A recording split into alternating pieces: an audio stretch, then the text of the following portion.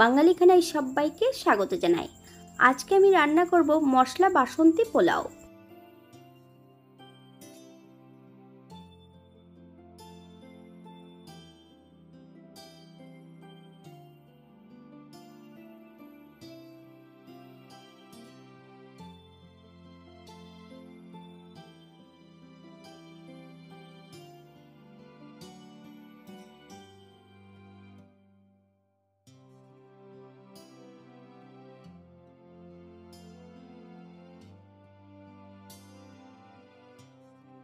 আগের থেকে 750 গ্রাম গোবিন্দভোগ চাল 1 ঘন্টা আগে বেশ 2 থেকে 3 বার পরিষ্কার জল দিয়ে ধুয়ে নিয়েছি।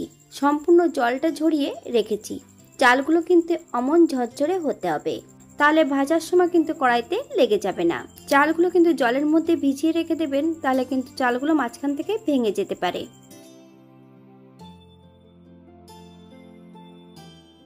এখানে আমি রান্নার জন্য বেশ কিছুটা জলের মধ্যে বেশ কিছু উপকরণ অ্যাড করব।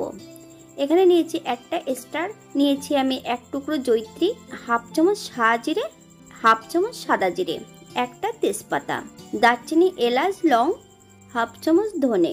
যতটা জল অ্যাড করবেন তার অর্ধেকটা জল বানিয়ে নিতে হবে।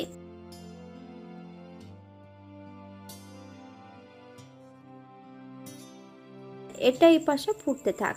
অপর দিক থেকে অন্য কড়াইতে আমি বেশ কিছুটা সাদা তেল, যতটা আমি সাদা তেল অ্যাড করেছি ততটাই কিন্তু আমি ঘি এখানে অ্যাড করেছি।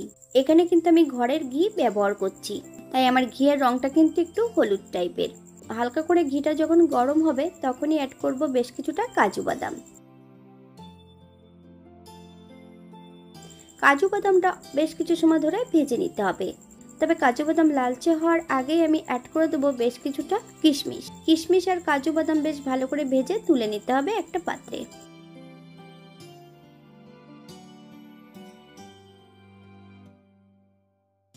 অপর দিক থেকে বেশ কিছুটা পেঁয়াজ আগের থেকে আমি কেটে রেখেছি। এখানে বড় সাইজের 2টো পেঁয়াজ আমি এখানে অ্যাড করছি।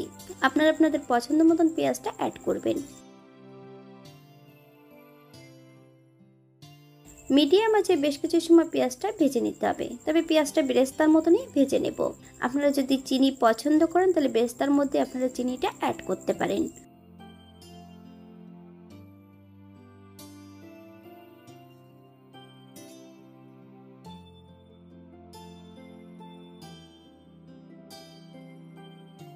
একই ঘিয়ের মধ্যে আমি সম্পূর্ণ চালগুলো ভেজে নেব। এখন কিন্তু আমি গরম মশলা অথবা দারচিনি, এলাচ বা তেজপাতা কোনোটাই আমি ব্যবহার করব না। মিডিয়াম আঁচে বেশ ভালো করে ভেজে নিতে হবে চালগুলো।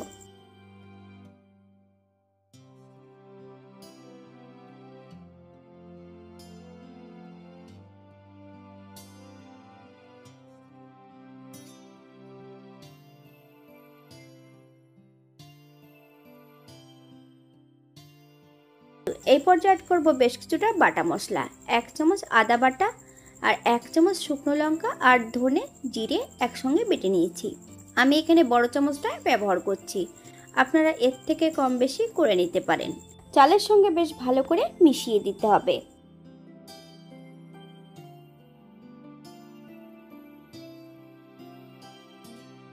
আমি চালটা ভাজছি কিন্তু মিডিয়াম আছে। কড়াই থেকে যতক্ষণ চালটা না ছাড়ছে ততক্ষণ কিন্তু ভালো করে ভেজে নিতে হবে, অথবা একটার সঙ্গে একটা চাল যতক্ষণ লেগে থাকছে ততক্ষণ বেশ ভালো করে ভেজে নিতে হবে।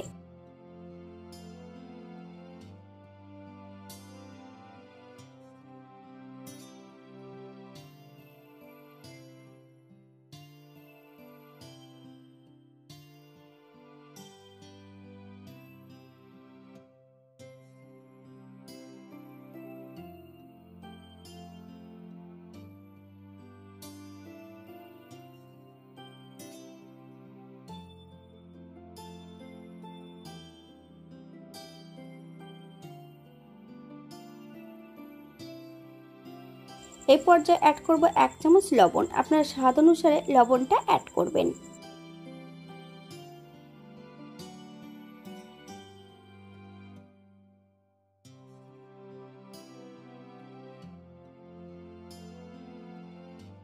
মশলা দিয়ে যে গরম জল করে রাখা আছে সেই জলটা আমি অ্যাড করব, তবে যতটা চাল নিয়েছি তার ডাবল কিন্তু জল অ্যাড করতে হবে।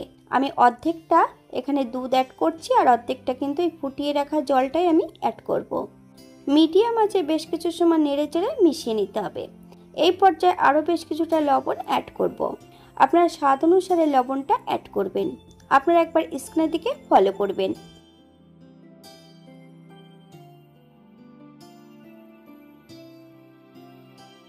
বাঙালি রান্না ঘরোয়া উপকরণ দিয়ে আপনাদের যদি রান্নাগুলো পছন্দ হয় তাহলে চ্যানেলটি সাবস্ক্রাইব করে দিয়ে পাশে থাকবেন। পাশে থাকা বেলটি বাজিয়ে দেবেন, নইলে নিত্য নতুন রান্নার নোটিফিকেশন পাবেন না।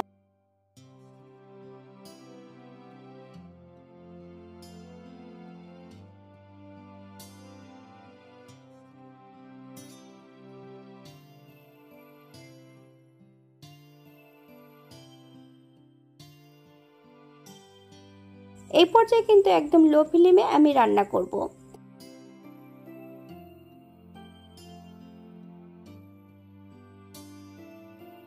আগের থেকে আমি বেশ কিছুটা ফুড কালার একটু দুধের মধ্যে ভিজিয়ে রেখেছি।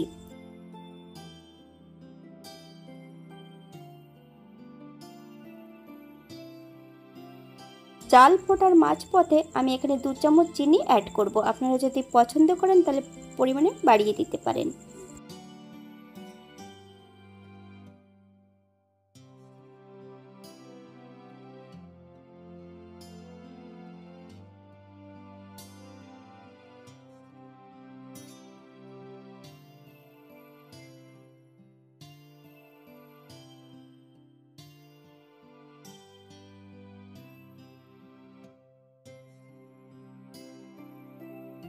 এটা দেখতে যেমন ভারী সুন্দর হয়েছে, এটা খেতে কিন্তু অসম্ভব ভালো হয়েছিল।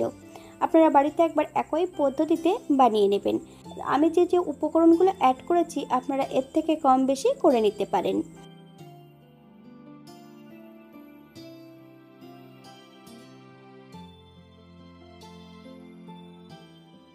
যারা নিরামিষ খাবেন তারা কিন্তু পেঁয়াজটা বাদ দিয়ে দিতে পারেন।